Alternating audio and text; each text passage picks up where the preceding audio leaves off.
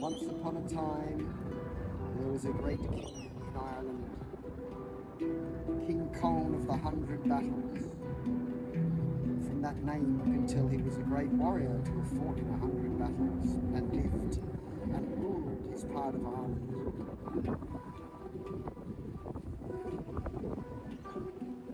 He was so mighty, one word would summon 10,000 warriors to fight him. Yet, even the most powerful of mortal kings finds that the spirit world is always greater. For after all, men, humans, warriors, kings and queens live and die. The spirit world knows not.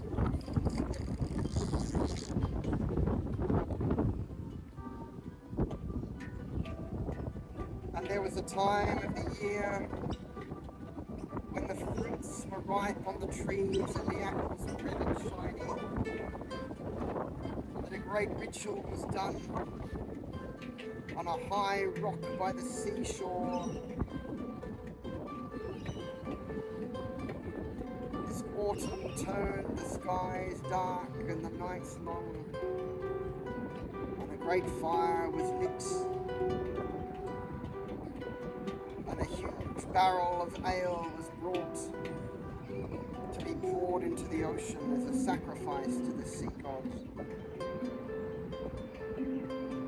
So King Conn was gathered with all his courtiers and his warriors and of course his druids, the great shaman priests, who were the diplomats between the world of the gods and the world of humans. And all was going well until something unexpected happened. That on the horizon was a small boat, and the boat was gleaming in the rose gold light of the setting sun.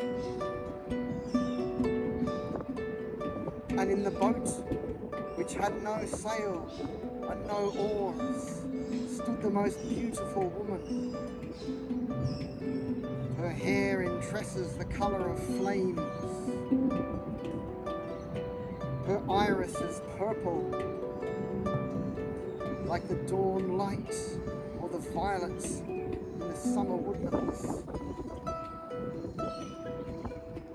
And all who watched her arrive in this boat were mesmerised. She began to sing the most beautiful song that anyone had ever heard. Come, Connla, son of the mighty Conn. Your fate is not in this world, to kill and be king, to fight and die as your father did. No, your fate is with me, to be my love, to wed me and be in my lover's bed for all eternity. In my beautiful home called Moimel, the plain of delights, my love, where there is no death or sin, where the trees are heavy with blossom and fruit all year round, and there is no shame and no dying. Come, O Connla, to your lover's embrace, come to eternal life. Yes.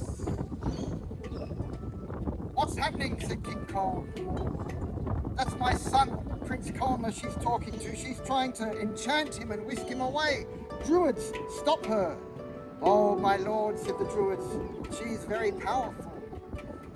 We will give her prayers and we will cast our spells. And the druids lit flaming torches and let up great chants and roars. And the woman began to fade into the twilight, as did her boat, but they could still hear her voice. Come, Connla, come with me to the land of delights, Your fate is not in the world of men. Taste of my world, taste. And she threw, as she faded away, a shiny red apple. It bounced on the beach, and Prince Connla ran down to God and he picked it up. No, do not eat that apple, said the Druids, but crunch. It was too late. Connla had bitten of the apple, and his eyes changed. And there were stars in his eyes, and full moons and rising suns. And he never spoke another word. He just gazed as if he was looking into heaven, and ate of that apple, and they couldn't get it off him no matter what. And though they might offer Connla food, the finest food, and the loveliest wine, and the loveliest honey mead, Connla would not have any of it. All he would eat was this apple.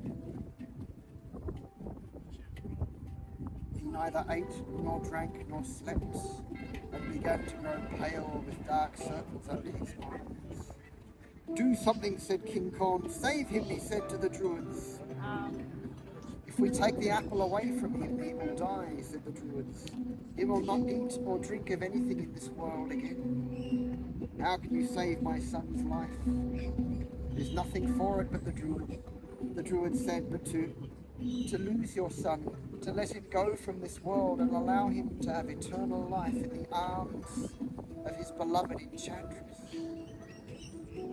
Your blood be in the land of spirit, King Conn. It means your blood will live forever.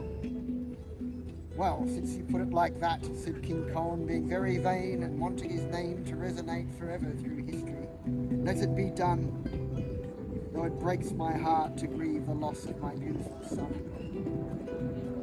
And so, one evening, as the shadows began to grow long, and the sun's light went from pale gold to rose gold and began its journey to set into the sea, Connla was brought to the seashore, and there, glinting in the sunlight, yes, it was the crystal boat, and there in it the fair maiden from the land of spirits. The tresses of her hair flying like fire, her purple eyes shining with passion and joy as she caught sight of her beloved Connla. Come, Connla, my beautiful love, waste not away in the land of mortal. My love will give you immortality. Our joining will give you eternal life, and you will dwell with me forever in Moinel, the plain of the delights, where there is neither death nor sin, nor shame nor injury, only love and beauty and abundance. The choir of the sweetest birds will sing to us dawn and dusk. Trees heavy with fragrant blossom and sweet, juicy, ripe fruits. Come, O Connla, she said, as her crystal boat swished onto the shore, into the sand of the beach, and Connla leapt into the boat, and the boat turned around and went out with the tide, till it was a tiny glittering speck on the horizon and disappeared. And King Conn fell to his knees in tears, the mighty warrior, mourning the death of his son, and wishing him the blessing of eternal life and love.